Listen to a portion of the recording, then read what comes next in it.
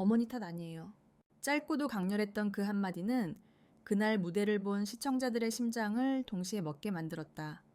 그리고 그 순간 누군가는 화면을 통해 눈을 비볐다. 왜냐하면 그 대사 속에는 단순한 노래 이상의 감정 세대와 상처, 그리고 화해가 담겨 있었기 때문이다. 이번 이야기는 현역가왕새에서 펼쳐진 빈에서의 무대, 그리고 그 무대가 불러낸 소름 돋는 평행이론과 관련되어 있다. 1. 곡 선택 자체가 이미 사건이었다. 빈에서가 선택한 곡은 바로 모녀기타. 많은 트로트 팬들께서 천레어에게 이 곡은 특별하다. 이 노래는 단순히 슬픈 가족사를 노래한 곡이 아니라 그 시대 어머니들의 희생과 죄책감, 그리고 딸들의 감정을 녹여낸 세대 감정의 기록물 같은 작품이기 때문이다. 특히 이 곡을 대표하는 이름이 있다. 바로 최숙자. 그녀가 남긴 원곡의 상처와 정서는 수십 년이 지나도 여전히 공기 속에서 살아있었다. 그래서 제작진조차 빈에서의 선택에 놀랐다. 이 곡을 11세가 부른다고. 단순한 도전이 아니라 세대를 건너뛰는 감정 실험이었기 때문이다. 이 빈에서의 접근 방식은 예상 밖이었다.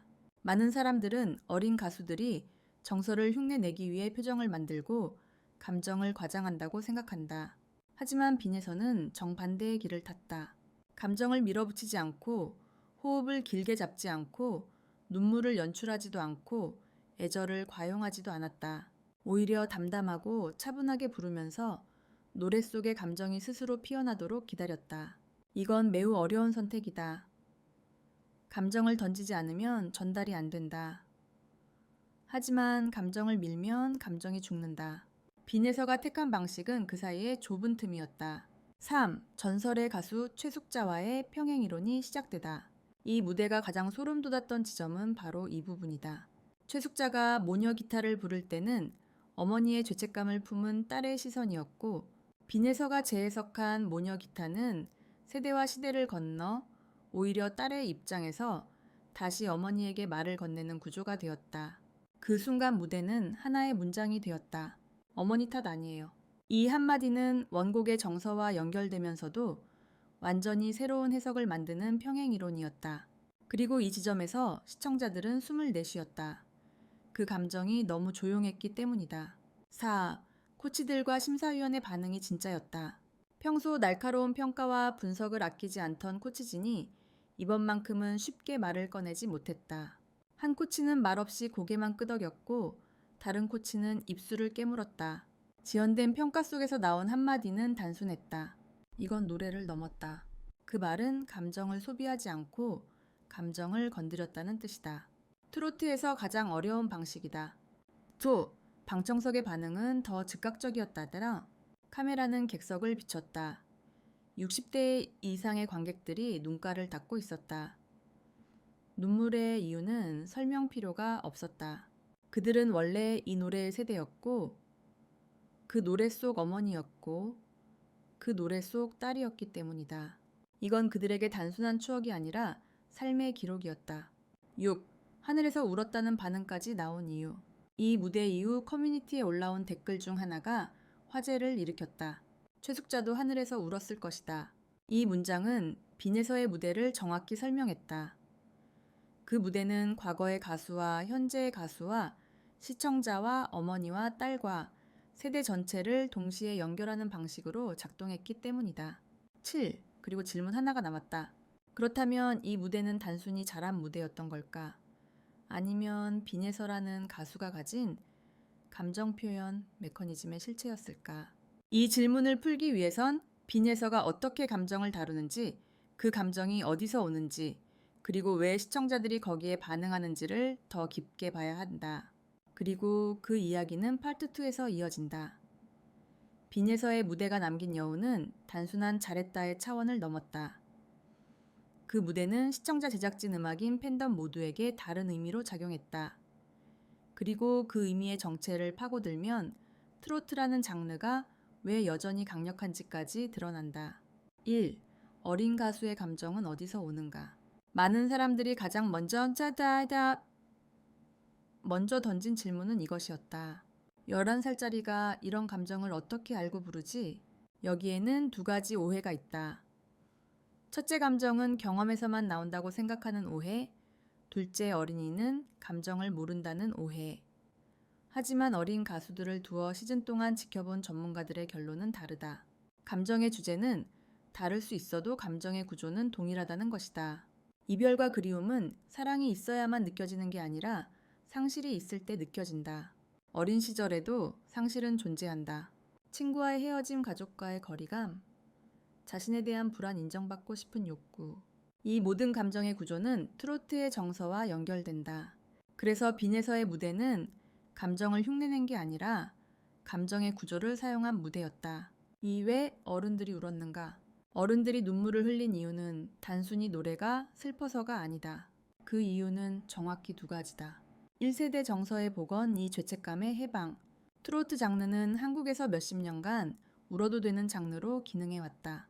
하지만 모녀 기타는 특별했다. 어머니는 항상 자신을 탓하고 딸은 말할 수 없었던 감정을 품은 채 살아가는 구조였다. 그런데 빈에서는 그걸 뒤집었다. 어머니 탓 아니에요.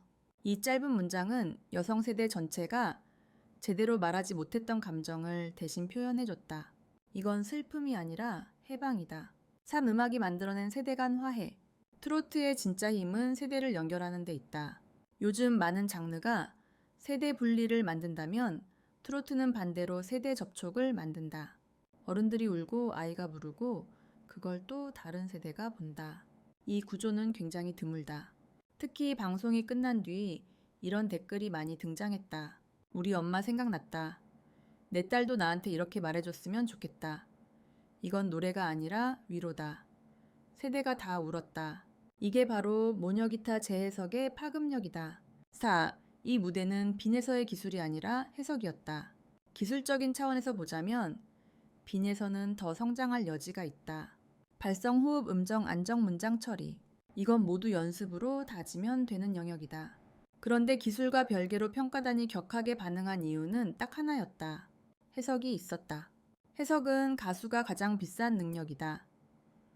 배우에게는 캐릭터 해석력, 작가에게는 문장 해석력, 그리고 가수에게는 감정 해석력이다. 빈에서는 단순히 곡을 부른 게 아니라 곡의 감정을 재구성했다. 5. 방송 이후 팬덤이 크게 흔들렸다. 이 무대 이후 팬덤 반응도 매우 흥미로웠다. 특히 커뮤니티와 SNS에서는 이런 반응이 폭발했다. 빈에서 무대 보고 입덕함. 이 아이는 진짜다. 해석력에서 소름 감정이 너무 깨끗하다.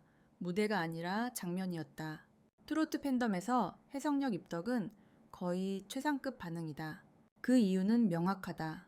기술은 배우면 늘고 감정은 쌓으면 강해지지만 해석은 보는 눈이 있어야 가능하기 때문이다. 슈 제작진도 의도하지 못한 결과. 흥미로운 건 이 무대가 제작진의 대본적 기획을 넘어섰다는 점이다. 제작진은 감동 무대를 기대했겠지만 이 정도의 세대 정서 해석과 평행서사를 기대하진 않았을 것이다. 그래서 제작진조차 방송 후 인터뷰에서 예상하지 못한 감동이었다. 라는 말을 남겼다. 7. 마지막으로 남는 질문. 이 무대가 남긴 진짜 질문은 이거다. 도대체 왜 어린 가수가 어른의 상처를 풀어줬는가? 그 답은 의외로 간단하다. 아이의 입에서 나오는 감정은 과거를 정리하는 데 가장 적합하기 때문이다. 왜냐하면 아이는 죄책감이 없고 아이의 감정은 따뜻하며 아이의 목소리는 판단하지 않기 때문이다. 그래서 어른들은 울었다.